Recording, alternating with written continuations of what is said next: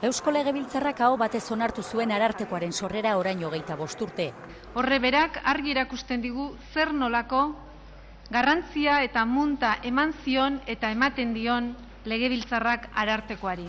Gasteizko Legebiltzarrean egin dute urteurrenaren ospakizuna. Bertan izan dira Inigo Lamarka egungo Arartekoa eta bere lantaldea, Xabier Markiegi eta Mertxe Agundez Arartekoiak eta Juan San Martin lehen Ararteko zenaren semea eta alarguna.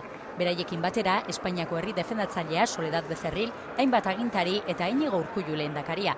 Eusko Legebiltzarreko goi agintaria da Arartekoa, giza eskubideak defendatu eta bermatzeko sortua. Funtsezkoa izan da merezimendu eta gaitasun printzipioen arabera profesional bikainak kontratatzea, baita erakundearen independentzia eta alderdikeriarik eza indartzea ere.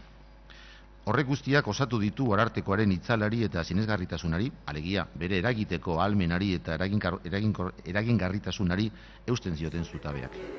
Inigo Lamarkak lanean jarraitzeko konpromiso irmoa berretsi du, giza eskubideen, administrazio onaren eta gizarte inklusibo baten alde.